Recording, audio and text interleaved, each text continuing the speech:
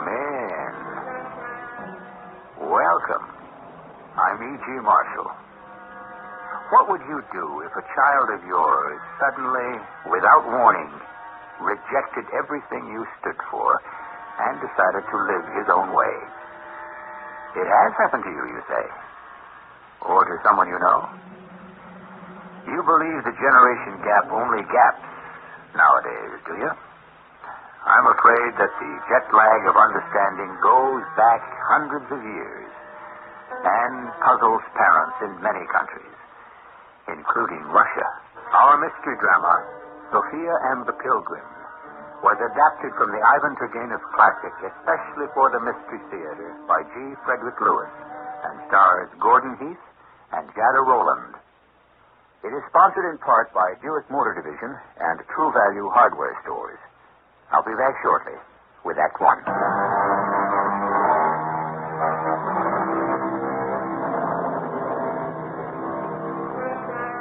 You are in Russia.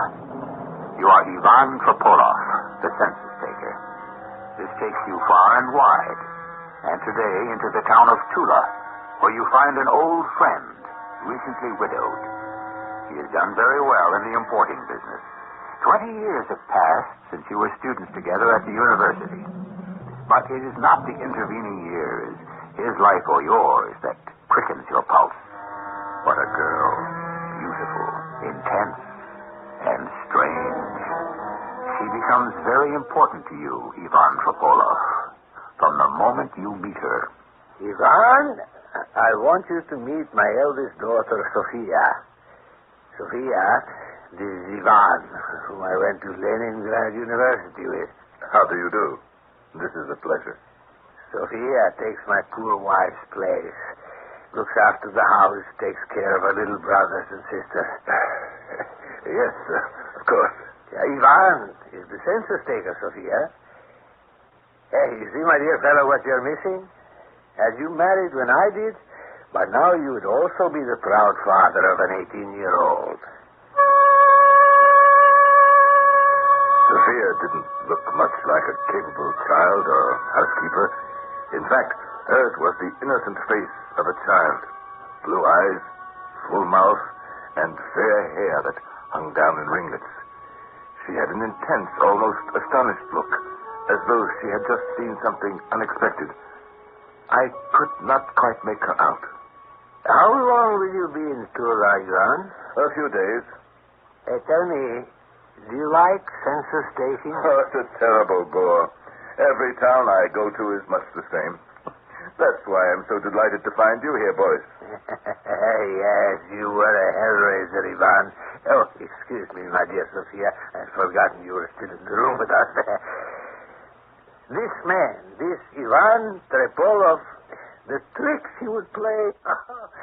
My dear, we had a French professor with an enormous head, thick black eyebrows, a croaking voice, and he used to wear a green frock coat with black buttons. His name was, what was it, Ivan? Bulovka. Bulovka! In that green coat, I can see him now. Do you know what Ivan here said to him, right to his face? Not Professor Bulovka, but Professor Bullfrog. Funny, huh? The class was in an uproar. So you don't find it amusing, Sophia? Yes. So now you just go about, notebook in hand, from house to house, Ivan? No, heavens no. I came from Moscow to make sure the local officials have done a proper job. I checked the birth rate, death rate, and so on. They assigned some local clerk to help me. Then in Tula also? I have a nice young fellow, Andrei Andreev. I was going to say, if you are still in Tula the day after tomorrow, there is a big ball in the Hall of Nobility. And you should go. There will be some pretty girls there. And you also see our intelligentsia. Miss Sophia, allow me to ask, will you be at the ball? Papa intends to go, and I shall go with him. In that case, allow me to ask for the first waltz.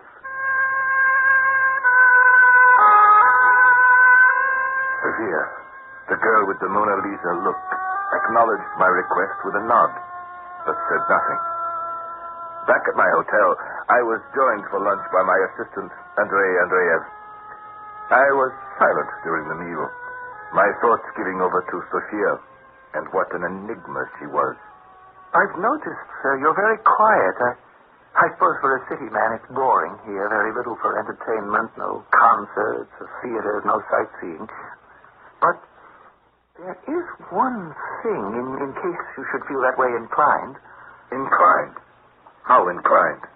You would not, I suppose, like to behold the dead? Dead? As a statistic, sir, we have a man here, a simple man, cannot even read or write, but he does marvelous things. For example, if you go to him and desire to see any one of your departed friends, he can show them to you. How does he do it? Oh, that's his secret.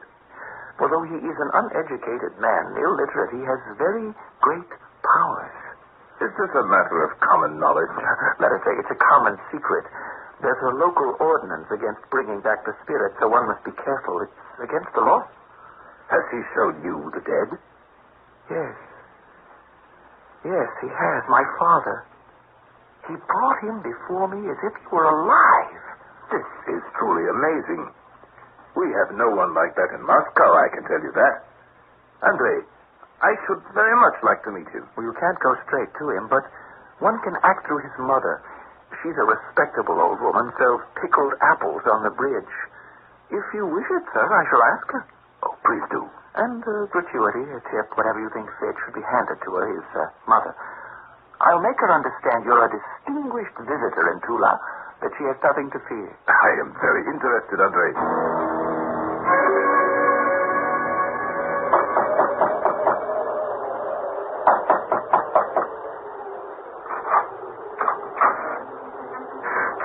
Madame Kapovna. Yes? I am Ivan Trepolov. I believe Andrei Andreev spoke to you about me. I have come about your son. Don't stand in the street shouting where anyone can hear you. Come in, come in. You see, I am a little deaf. What did you say you want? I have come to see your son, to arrange... My son? I have no son. But Andrei told me that you... A son called Andrei? Never. A son called Vasily. Oh, son called Vasily sometimes. You are from the police? You don't seem to understand, Madame Kapovna. Perhaps this will help. 20 rubles. 50. I'm glad money speaks in such a loud voice. My hearing comes and goes. Yes, Andrei told me about you. Please, take a chair. You don't need to explain. You wish to sample the art of my son, Vasily? I am glad I am well recommended. So when may I see him? Your son. My son? Oh, tonight. Come a little after 7. Not to this room. You will find the front door open. And kindly walk up those stairs straight to the room above. Thank you, Madame Kapovna. Now, if I may, I shall take my leave. And before you come here, sir, think hard and well of your deceased friend or relative you are desirous of seeing. Keep him in your mind until my son enters the room. Should I not tell your son who I wish to be called up? His name? Not a word. He will find out for himself. So, a little after 7, then? Oh, 7:30, if it is more convenient. And bring a few more rubles. Expenses are high. Another 10 rubles. Speak up. I am a little deaf. I said another 10 rubles. Another 20, that's right. 20 rubles. Don't forget. I took leave of the old woman and returned to my hotel. I was sure they were going to make a fool of me. I sat myself in the hotel dining room, ordered a bottle of Lafitte, and was enjoying it when who should I see walking in the door but my university friend, Boris. Ivan, may I join you? I have only a little time. The town council meets tonight. I generally stop here for a bite to eat when I'm in town. Certainly. What are you doing later this evening, old friend? Why do you ask? The council meeting won't take but an hour, and I thought you might join me at home for a nightcap. Oh, I'd like to, boys, but as a matter of fact, I have already made arrangements to go somewhere. You know people in Tula? Well, have you heard of a man who can call forth the dead? Ivan, come now. You, a sophisticated man from Moscow? Only for amusement. I'm curious, that's all. My dear old friend, I advise you don't bother. No, I wouldn't waste my time. To tell you the truth, I thought I'd test the chap by trying to get him to materialize old Bulovka. Our old Bulovka? The bullfrog? Nah, he'll never bring old Bulovka back. If he does, well, I shall have to admit he's a sorcerer indeed. Goodness, will you look at the hour? I shan't have time for dessert. You'll forgive me, Boris, if I run. But we shall see you at the ball, huh? Sophia, I can tell you, she would be very disappointed. Was I imagining it? Why was Boris so insistent I see him tonight, tomorrow? Frankly, can you blame me for thinking he appeared to be pushing his daughter at me? But why? I allowed myself half an hour to walk to Madame Kapovna's.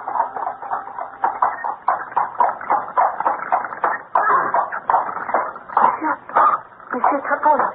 Yes? My goodness, it's you, Sophia. Come into my carriage for a moment. Certainly. Well, this is a pleasure indeed. Are you taking an evening ride in your carriage? Monsieur Kapolov, I know this must seem most peculiar to you, a perfect stranger. But can you help me? No one must know. You place me in an embarrassing position. I mean, the coachman in front. What must he think? Oh, don't concern yourself with him. He is quite deaf. But, Sophia, I don't wish to do anything behind your father's back. Oh, my father must not know. Oh, please understand. I must come to a decision right away. And I have no one to turn to but you. My dear child, don't be upset. Whatever I can do, of course, I shall. Is this something you must decide this very minute? Tonight? Soon. Very soon. Why do you ask? I had made arrangements for the evening. A certain man from your village. Well, to put it briefly, they say he can materialize anyone you wish. You are going to meet Vasily Karpovna this evening? In a few minutes. May I come with you? I don't know, Sophia. When I talked with his mother this afternoon, they are only expecting me. Oh, she is not his mother. That old crow. She merely makes the arrangements. The business arrangements. There is no business. Everything is a donation. Vasily is a holy man. You know him, I gather. No. I have never met him. But I know about all the marvelous things Vasily does. Oh, it is fate that you should be going there tonight. I have always wanted to meet him. In fact, but I will tell you about that later. When does he expect you? 7:30. And it is almost that now. I will have the coach take us there. I don't know. Are you sure? Please. Oh, please. Well, if you put it that way, come along by all means. One thing I must know, Monsieur Topolov. Do you believe? Believe? That he can make the dead appear? Do you believe? It is essential. Well, I have never seen him before. Yes, Sophia. I believe.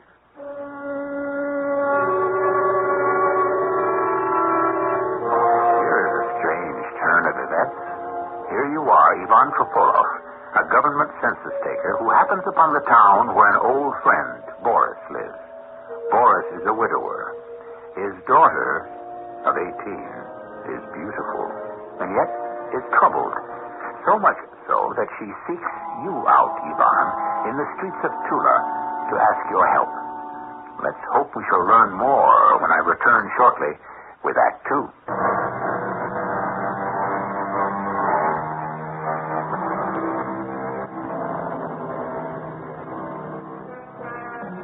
It's 7:30.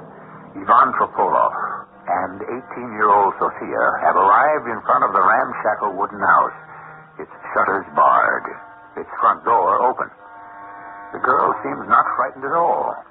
Ivan, who had thought the evening a joke, is suddenly apprehensive.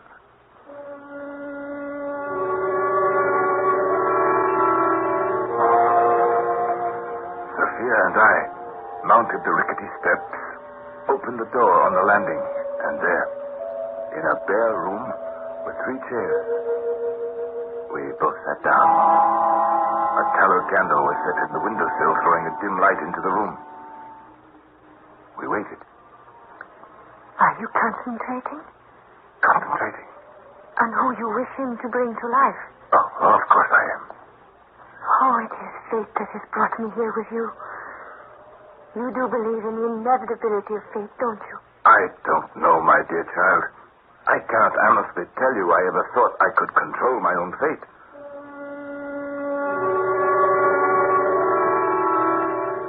How could I tell this young lady that, although I was a little nervous, frankly, the entire evening, which seemed to have such meaning for her, was only a lark to me? A light-hearted way to pass a dull evening in a small town. We waited for 10 minutes. 15.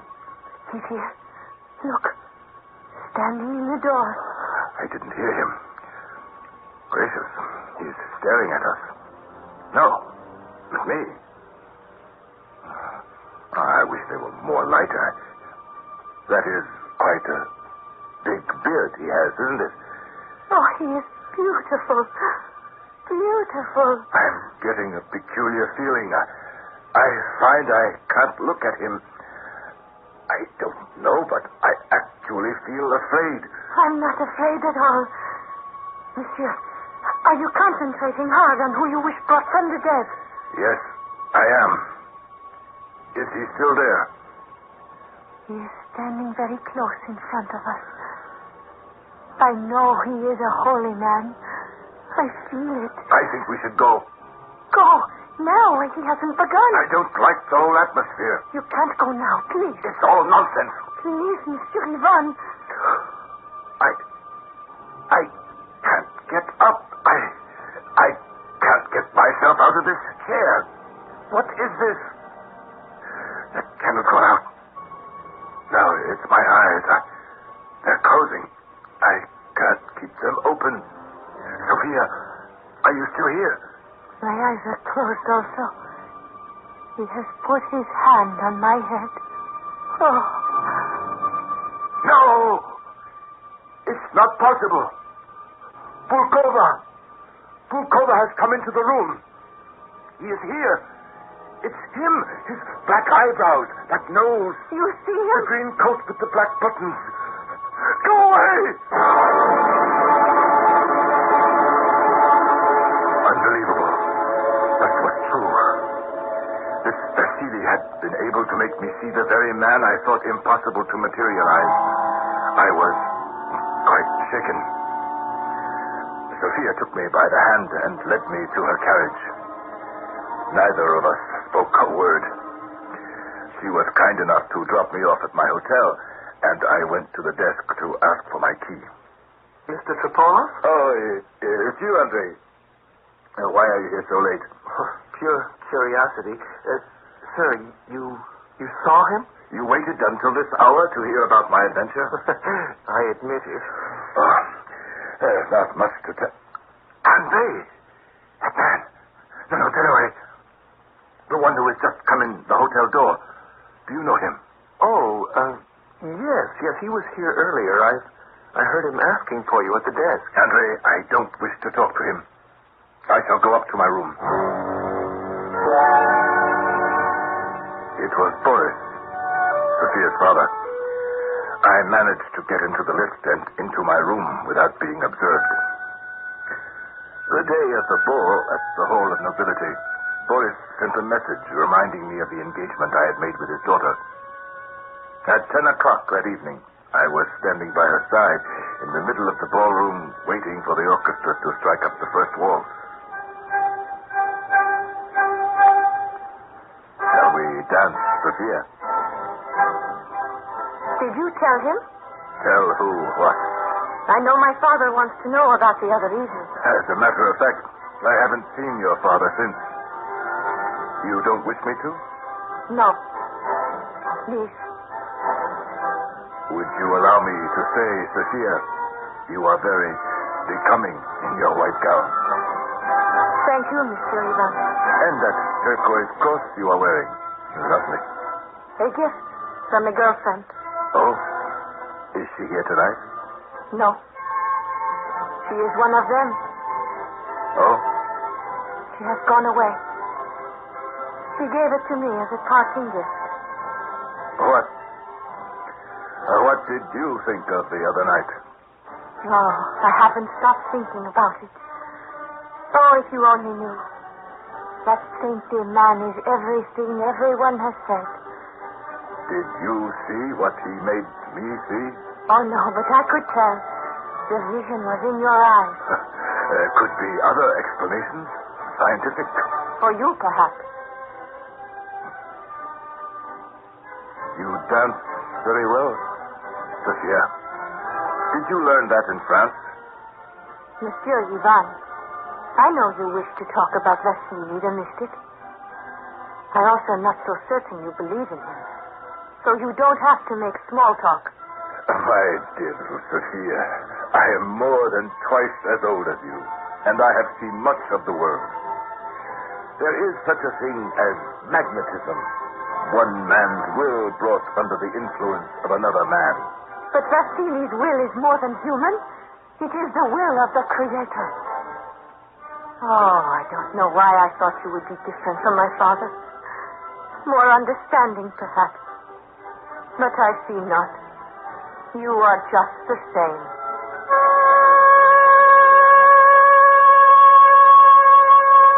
I did not dance again with Sophia. She had disappeared. I chatted for a bit with old Boris. He insisted on taking me over to the punch bowl and for the best part of an hour would not leave my side.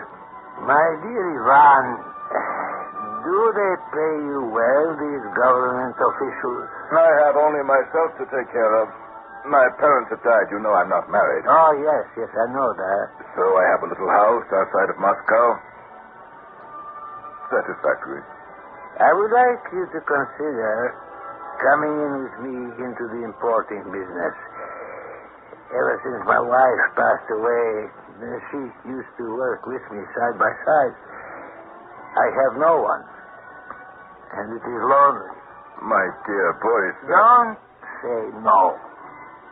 Say you will consider. I saw the way my Sophia looked at you while you were dancing. You will admit a beautiful, charming girl, huh? None more beautiful. Boris, you must be joking. I'm the same age as you. She could be my daughter. Are you saying Sophia is not attractive to you? I don't say no. I don't say yes. I don't understand. You haven't seen me in 20 years. Ivan, let me be frank with you. I am frightened.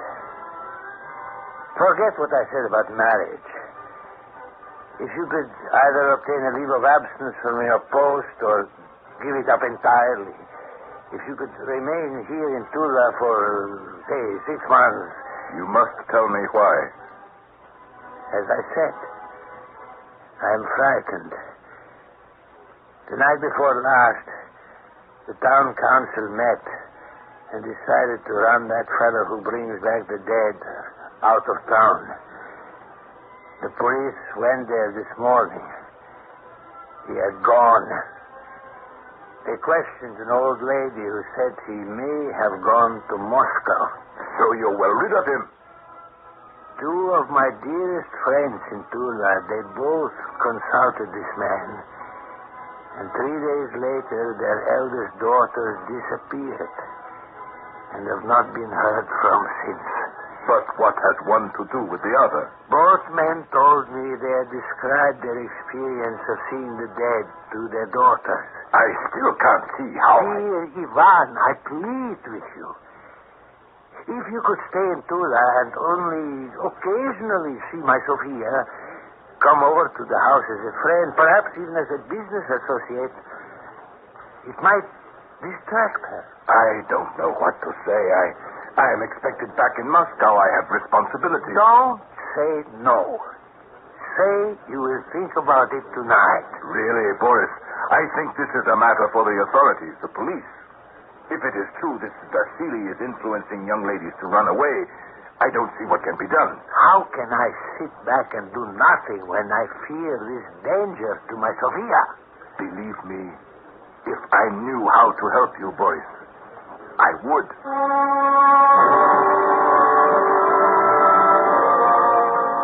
I was being torn in two.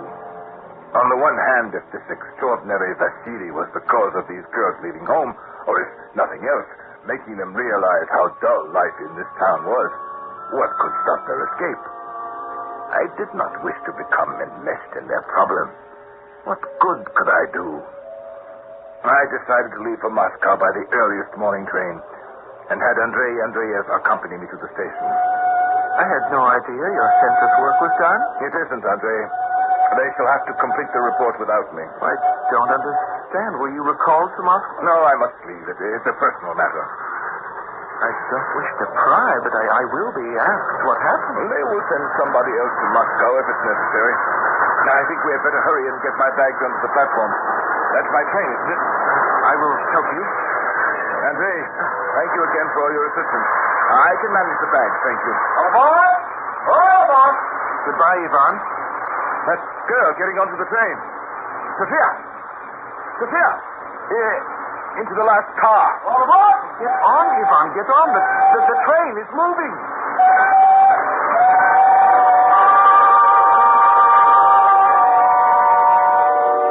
Strange tale, isn't it?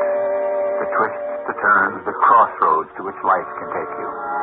To suddenly, after so many years, find a man with whom you went to college, to meet his daughter, a girl with a childlike face and an impenetrable soul.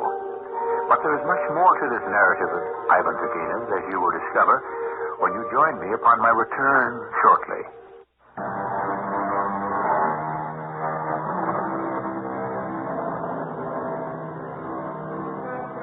You, Ivan Topolov, suspect that the beautiful daughter of your school friend is running away. She is on this very train that is taking you back to Moscow. Although you are reluctant to become involved in other people's problems, if Sophia is on this train, you must find her and dissuade her from anything foolish. I remembered our last dance and the words she had said to me. I am disappointed in you, she had said. I thought you would be more understanding than my father. But you are not. You are just the same. I walked along the train corridors, through coach after coach, looking into each compartment, into each seat to find her. When I did, I would prove to Sophia I could be understanding. Sophia. Hello? I see there is a place beside you. Will you allow me to sit down? By all means. Sophia, I shall come right to the point. Can you be truthful with me? I am not sure I can trust you with the truth. You think me untrustworthy because I could not believe in miracles? You could, you know. Where I am going, I shall be born again. So you are running away. Not running from, Monsieur Ivan, but running to. Ticket, please. Ticket. Oh, I didn't have time to purchase a ticket at the station. Where are you going? She's going to Moscow with me. Here is my ticket. How much for her fare? 5 rubles. Single fare to Moscow, monsieur. Here you are. Oh, thank you, monsieur. Tickets, please. All tickets, please. Why did you do that? Perhaps to save you a little money. Perhaps to show you I can be trusted. Why are you going to Moscow? Because you bought me a ticket. Sophia. To find a teacher. A leader. A spiritual leader. You are giving up your father. your brothers and sisters for a spiritual life. Oh, Sophia.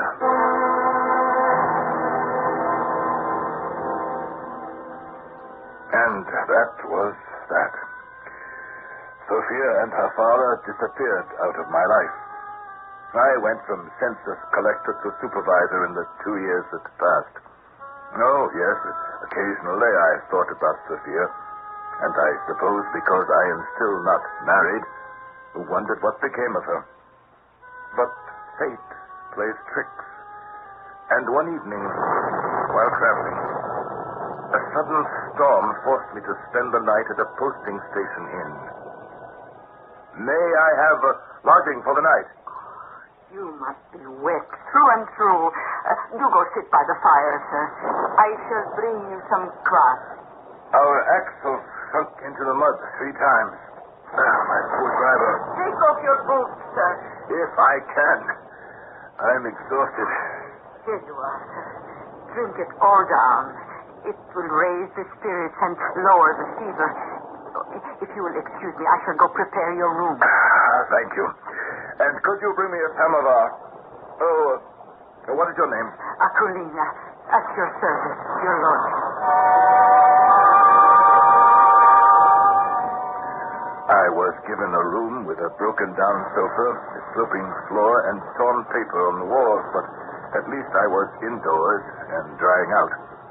I sat, looking out the window at the rain, thinking to myself, would it not be better to have some government job that kept me in one place? And I must have dozed off because I awoke with a start. Akulina, the blessings of God to you and all within your house. Where is your husband? Oh, dear me, Holy Pilgrim.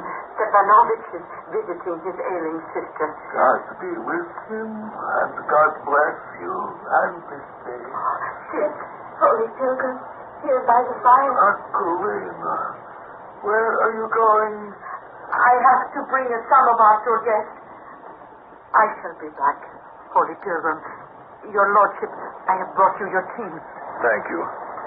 Put the samovar here by the window. Oh, in rags and blessed, merciful God, merciful God. Who is that? That, Your Honor, is a blessed holy man. We know him as the Holy Pilgrim. I pray for our suffering, the blessings of God. I must go, sir. I do not wish to miss one word of his blessed presence.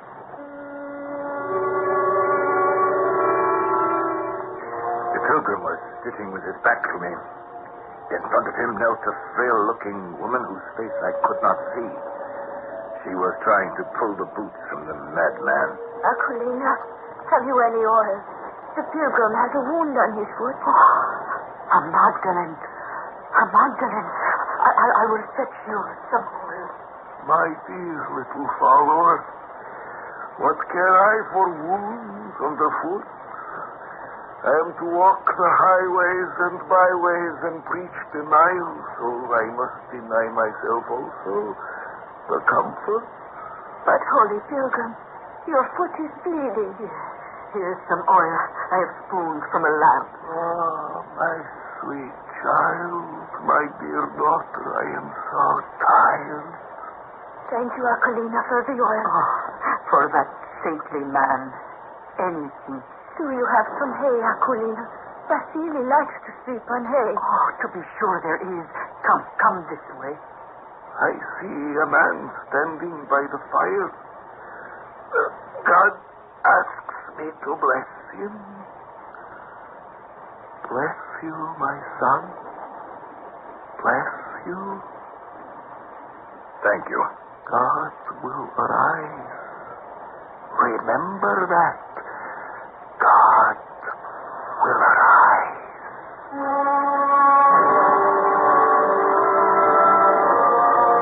The pilgrim was Vasily, who for 70 rubles had once shown me my dead French professor.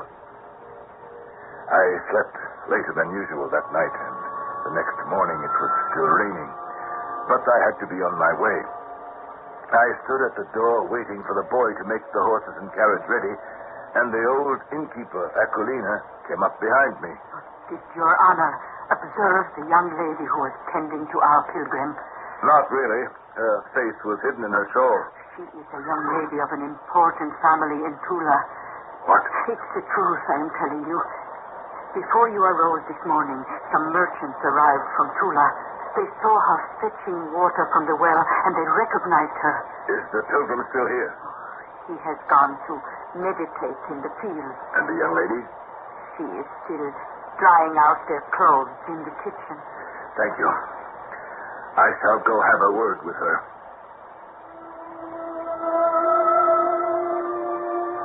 Sophia. Who are you? That is not my name. It was your name. Sophia. Do you not remember me? Ivan Tripolov. My name is... Don't cry. If you don't wish me to call you Sophia, I shall not. Oh, my dear girl. 2 years. 2 years. No. I have found the light. And that is all that matters. I say to myself, it can't be you. In such a dress. In such company. Whoever you are. You know who I am. Part of my childhood, perhaps. But why? Why? Do not leave your garden unweeded. Do not step over a sick dog in the road, unmindful. Do what your heart tells you must. You are sinner. Your skin is burned. Do not talk of exteriors. You cannot see the happiness in my soul. The child in you, where is she now? There is hardness there. No good will come of your talking this way. Vasily will return from the fields, and I shall go with him. I shall plead with him to let you go. I do not want to leave him. He is the reason for my existence. The rain is cleansing. Good little follower, you are drying our clothes. God has mercy on all of us. I shall sit here and remember the sun and the moon and the stars. No, Vasily, do not sit. There is danger here. We must go. Danger? We must go now. There are others who await your good word. So be it, my good girl. We shall go. Help me fasten my cloak. Yes. Please hurry. Oh, you are leaving so soon? But the rain is coming down harder. Oh, Your Holiness, I beg you to wait. Come along, Vasily. We must hurry. Yes. The blessings of God upon this town. Sophia! Why did they leave so hurriedly like that? Oh, well, we must be thankful for the blessings bestowed on us and not wish for more.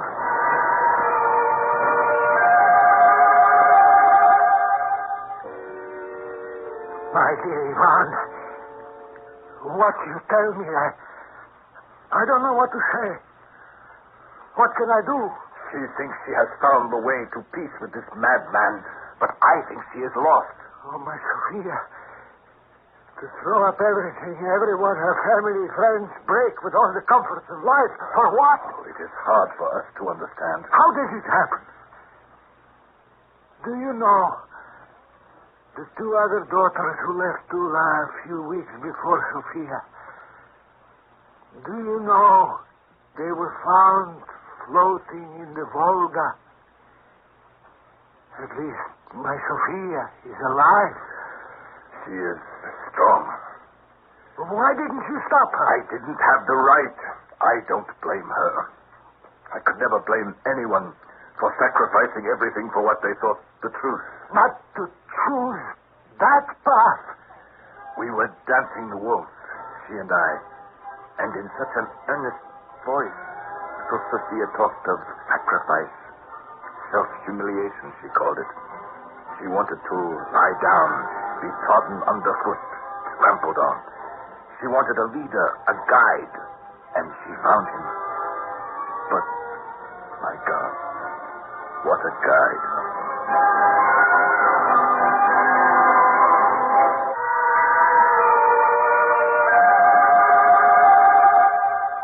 A month later, I heard her father had found her and brought her home. But like a wild bird in captivity, she sang no more, spoke not a word, and died. I console myself sometimes in the thought that dear, impetuous, strong-willed Sophia, in her own way, lived an entire lifetime.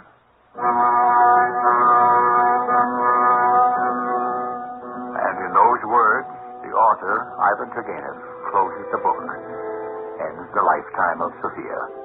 As for Vasily the Pilgrim, Turgenev says, that man is probably on his crazy wanderings still. The iron health of such people is truly marvelous. I'll be back shortly with a few more words about Turgenev.